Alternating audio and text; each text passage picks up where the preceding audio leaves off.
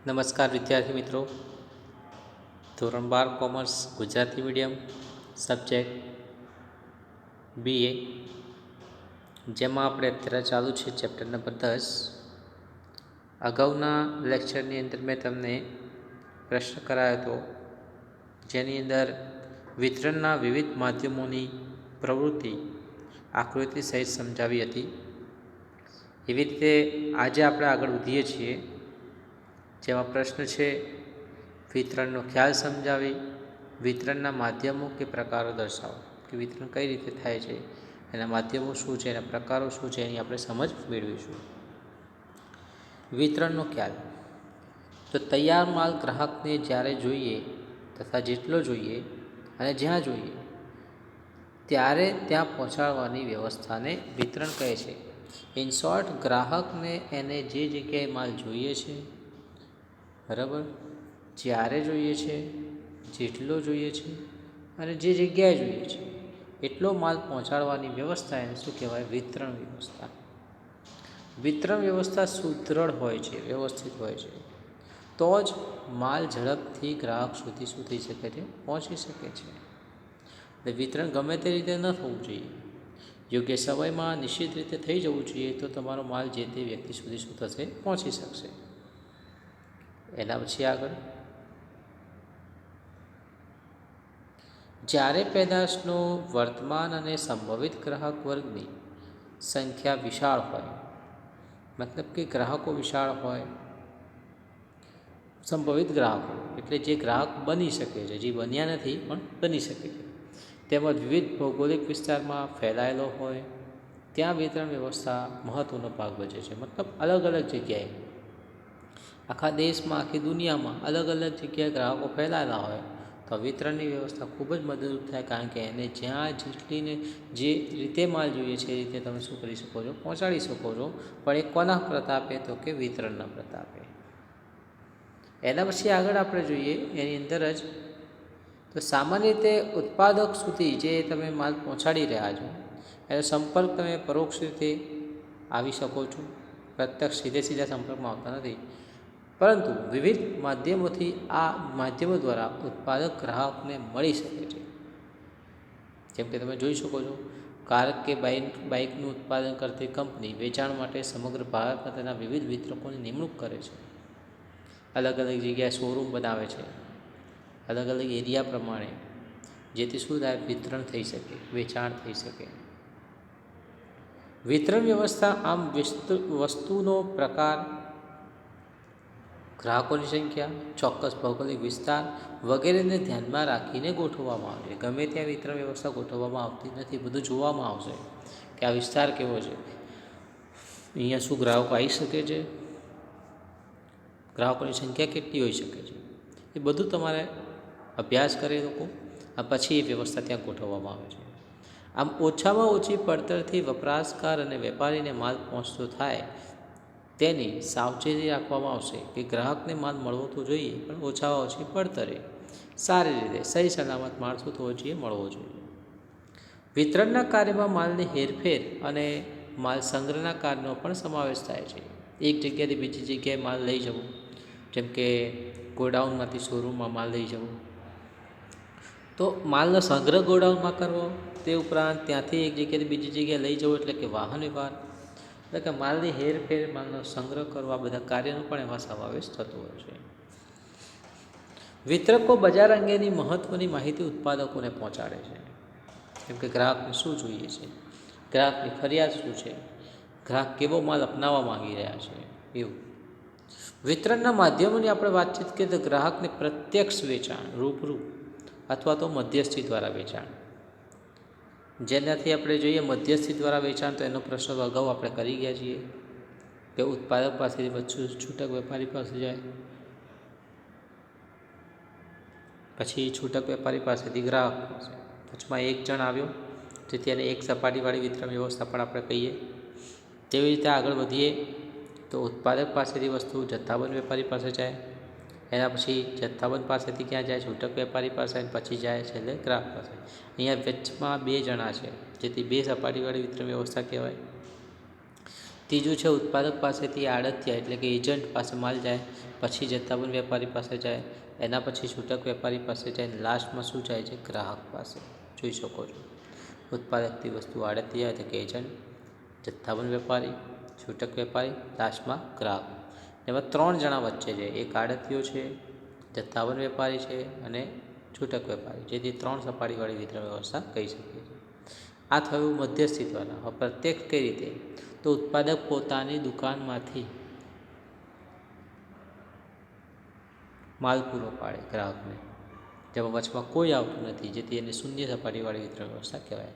એટલે શૂન્ય સપાટીવાળી વિતરણ વ્યવસ્થા એ પ્રત્યક્ષ છે. પછી 1 સપાટી, 2 સપાટી, 3 સપાટી, આ જે 3 છે એને આપણે શું કહી શકીએ છીએ? મધ્યસ્થી દ્વારા કે પરોક્ષ વેચાણની વિતરણ વ્યવસ્થા પણ તમે કહી શકો છો. બરાબર છે? જો કે આ પ્રશ્ન આપણે અગાઉ કરાઈ ગયા છીએ, એટલે અહીંયા આગળ આ પ્રશ્ન પૂરો થયો. નેક્સ્ટ પ્રશ્ન આપણે આગળ વધીએ, જેમાં આપણને એવું છે કે જાહેરાત સામે વિરોધની સમજૂતી, કે તમે જાહેરાત સામે જે ખોટી જે જાહેરાતો થઈ રહી છે એની સામે તમે વિરોધ કારણસર કરી શકો છો. જો જોઈશે પ્રશ્ન 7મો છે, જાહેરાત સામેના જે રજૂઆત છે કઈ રીતે કરીએ. મિત્રો, તમને ખબર હશે આજે ઘણી બધી જાહેરાત એવી છે છેતરામણીવાળી, આડઅસર ઊભી કરે એવી જાહેરાત આવે છે, જે તમારા અને મારા બધા માટે, સમાજના લોકો માટે આ અસરકારક એટલે કે નેગેટિવ ઇફેક્ટ નાખી શકે છે. છેતરાઈ શકીએ છીએ, સ્વાસ્થ્યને જોખમમાં મૂકી શકીએ છીએ. હવે ઘણા બધા પ્રોબ્લેમ્સ આવી શકે છે. જોઈએ, જાહેરાત એ અભિવૃદ્ધિનું અવિભાજ્ય અંગ છે. લોકોને પ્રોત્સાહિત કરવા માટે જાહેરાત તો એ લોકો કરવાના જ છે, પરંતુ ઘણીવાર જાહેરાતના કારણે આડઅસરો પેદા થતી હોય છે. એ લોકો જાહેરાત કરે છે એનાથી વાંધો નથી, પણ જાહેરાત ખોટી કરે છે અને પછી આપણા પર આડઅસર થાય છે, એ વસ્તુ થવી જોઈએ નહીં. જાહેરાતના કારણે ગ્રાહક પેદાશ તરફ આકર્ષાય છે, એટ્રેક્ટ થાય છે કે આ વસ્તુ લેવી જોઈએ, અને પેદાશની ખરીદી કરે છે. મતલબ અહીંયા નાણાકીય ખર્ચ થયો, ગ્રાહકનો થયો, દેખાઈ જ આવે છે આપણને. બીજું, ગ્રાહક તે સમયે વિચારતો નથી કે પેદાશની ખરેખર જરૂરિયાત છે કે નહીં. હકીકતમાં વસ્તુ ક્યારે ખરીદવી જોઈએ? પેદાશ ક્યારે ખરીદવી જોઈએ? જ્યારે આપણે જરૂર હોય. પણ અહીંયા આગળ જાહેરાત કોન્સ્ટન્ટ આયા જ કરે એટલે આપણે શું થઈ જઈએ? એટ્રેક્ટ થઈ જઈએ. ન જરૂર હોય તો આપણે શું લઈએ? વસાઈ દઈએ. તે બિનજરૂરી આપણે ખરીદી કરીએ છીએ, બિનજરૂરી ખર્ચા કરીએ છીએ. કારણ કે જરૂર હોય ને તમે વસ્તુ લો તો વાત અલગ છે, અને બિનજરૂરી ખર્ચા થાય તો સ્વાભાવિક વાત છે, સમાજની અંદર સામાજિક દૂષણો વધે છે. આજે જેમ કે આપણે જોઈ લઈએ મોબાઈલ, તો મોબાઈલ નોર્મલ પણ આવે છે અને બહુ મોંઘા પણ આવે છે. આપણું કામ નોર્મલમાં થઈ જતું હોય તો મોંઘા મોબાઈલનો કોઈ મતલબ નથી. એ તો નવું આવવાનું જ છે. એ લોકો વેચવા બેઠા છે, એ લોકોને કમાવવું છે, એટલે નવા લાવવાના જ છે. પણ તમારે સમજવું જોઈએ કે આપણે શું નવાની જરૂર છે કે જૂનાથી ચાલી જશે એ વસ્તુ. તો બિનજરૂરી ખર્ચા થાય છે, સમાજમાં દૂષણ પણ વધતા હોય છે. જાહેરાતના કારણે ઉચ્ચ વર્ગ વધુ ખરીદી કરે છે, અને તેના કારણે સમાજનો નીચલો વર્ગ છે લઘુગ્રંથિથી પીડાય છે કે અમે ખરીદી કરી શકતા નથી. કોણ? સમાજનો નીચલો વર્ગ. ઉછલો વર્ગ તો છે જ ધનિક વર્ગ, એ તો કરી લેશે કારણ કે એની પાસે ઇનફ નાણાં છે. જ્યારે ગરીબ વર્ગ કરી શકતો નથી, એટલે લઘુગ્રંથિથી પીડાય છે. જાહેરાત એ ખર્ચાળ પ્રવૃત્તિ છે. હકીકતમાં તમે જાહેરાત કરો છો કંપનીની, તે ખર્ચો તો થાય છે એમાં. કેટલાક ધંધાદારી છે બહુ મોટા પ્રમાણમાં જાહેરાત કરે છે, બહુ મોટા પાયે. ખર્ચ તેઓ વેચાણ કિંમતમાંથી વસૂલ કરે છે. હવે આટલો બધો ખર્ચો કયો છે જાહેરાતનો, તે જાહેરાતના રૂપિયા તમારી પાસેથી જ લેશે. મતલબ તમને જે પેદાશ વેચવાના છે તેની અંદર આ બધો ખર્ચો પ્લસ કરીને તમને આપશે. તેથી ગ્રાહકોને પેદાશનું વેચાણ ઊંચા ભાવે કરવામાં આવે છે. ઇન શોર્ટ, એમના ઘરના ઉમેરી નહીં કરે, આ બધો ખર્ચો તમારી પાસેથી જ વસૂલ કરશે. એટલે જાહેરાત એ ખર્ચાળ બી છે, ને આપણને છેલ્લે મોંઘી વસ્તુ મળે. ઘણીવાર ગ્રાહકને લોભાવવા અને હરીફોને નીચા દેખાડવા માટે, હરીફ એટલે કોમ્પિટિટર, જેમ કે કોઈ વસ્તુ છે કોઈ કંપનીની, એ વસ્તુની ખોટી જાહેરાત કરે, બહુ સર્વશ્રેષ્ઠ છે, અને બીજી કંપની શું બતાવે છે? નીચું બતાવે છે કે આની વસ્તુ સારી છે નહીં. બરાબર? ખોટી જાહેરાત પણ આવી શકે છે. તો બીજાને નીચા દેખાડવાની કામગીરી જાહેરાત દ્વારા કરીને ગ્રાહકોને ગેરરસ્તે દોરવામાં આવે છે. મતલબ ખોટા માર્ગે, લોભાવણા માર્ગે આપણે કહી શકીએ, ત્યાં આગળ દોરવામાં આવે. ઓછી ગુણવત્તા ધરાવતી પેદાશને જાહેરાત દ્વારા આકર્ષણ ઊભું કરીને ગ્રાહકોને પધરાવી દેવામાં આવશે. વસ્તુ ગ્રાહકને આપી દેવામાં આવશે. ઓછી કિંમત લઈને કે લાય ભાઈ ચાલ આટલા જ લે, તું લઈ જા વસ્તુ એમ પડી રહેશે તો કે બગડી જશે, એના કરતાં તું લઈ જા, તારો વપરાશ થશે.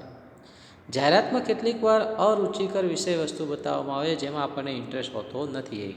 અરુચિકર એટલે જેમાં આપણને રસ ના હોય, ઇન્ટરેસ્ટ ના હોય એવી વસ્તુ બતાવવામાં આવે અને તેનાથી પણ લોકો એટ્રેક્ટ થતા હોય છે.